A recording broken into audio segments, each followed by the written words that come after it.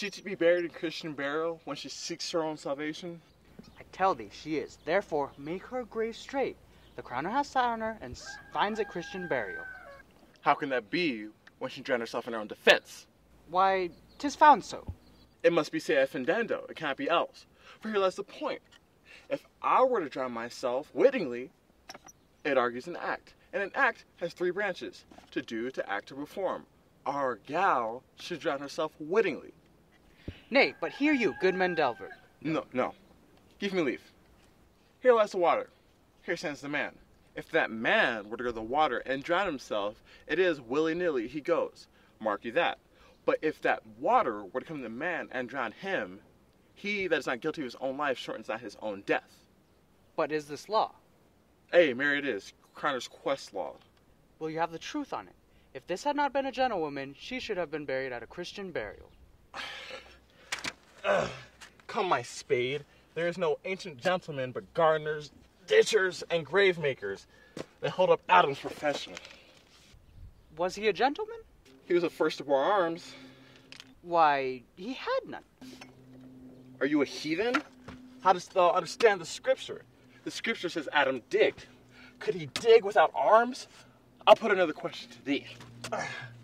If thou answerest me not to, purpose, confess thyself. Go to. What is he that builds stronger than either the mason, the shipwright, or the carpenter? The gallows maker. That frame outlives 1,000 tenants. I like thy wit well, in good faith. The gallows does well, but how does it well? It does well those that do it ill. Now, dost thou say the gallows is built stronger than the church? Our gal, the gallows may do well to thee. So again, come. Who builds stronger than either a mason, a shipwright, or a carpenter? Tell me that, and unyoke. Marry, now I can tell. To it. Mas, I cannot tell. Cudgel thy brains, and no more about it, for your dull ass will not mend his pace with beating. And, when you're asked this question next, say a grave maker. Those houses that he makes last till doomsday. Go, get thee in. Fetch me a stoop of liquor.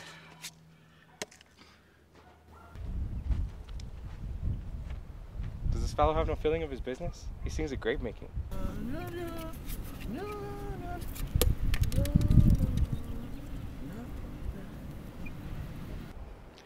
Custom hath made it in him a property of easiness. The hand of little employment hath the daintier sense.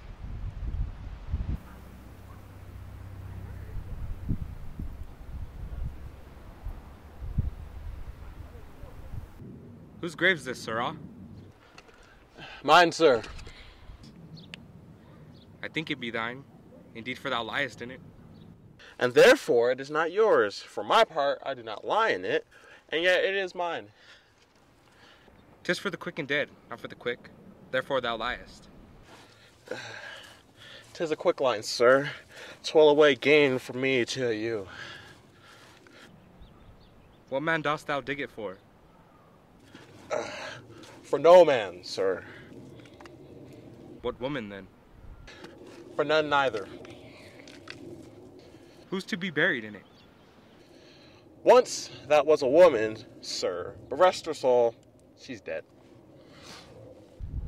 Oh, how absolute the knave is. We must speak by the card, or equivocation will outdo us. By the Lord. Horatio, these past 3 years I have taken note of it. How long has dost thou been a grave maker? Of all the days come in the year, I came to it that day, that our last. King Hamlet overcame Fortinbras. How long is that since? Cannot you tell that? Every fool can tell that. It's the very day that young Hamlet was born. He was mad and sent into England. Aye, Mary, why was he sent to England? Because he was mad.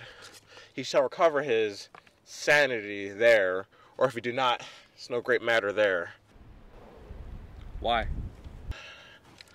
So not be seen in him there. All the men there are just as mad as he is.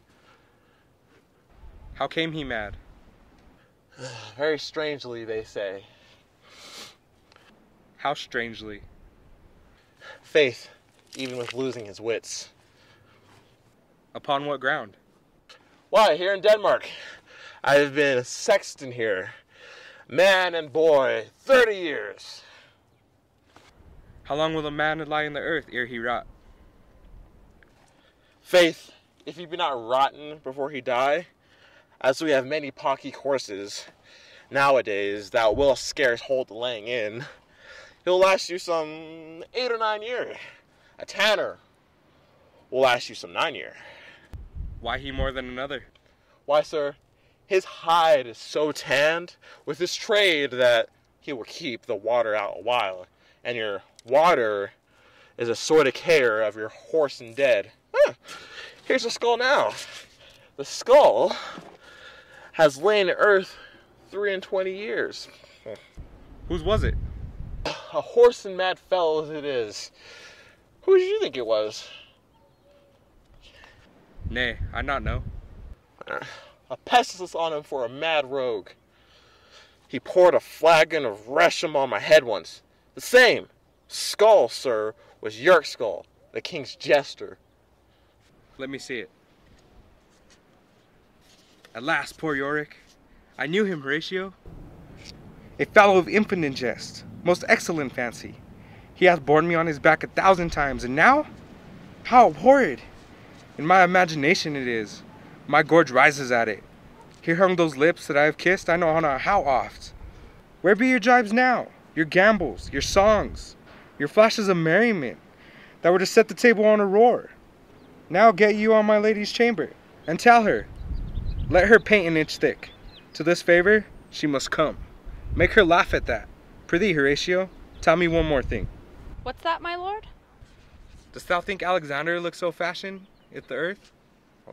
Even so, my lord. And smelt so... Faugh! Even so, my lord.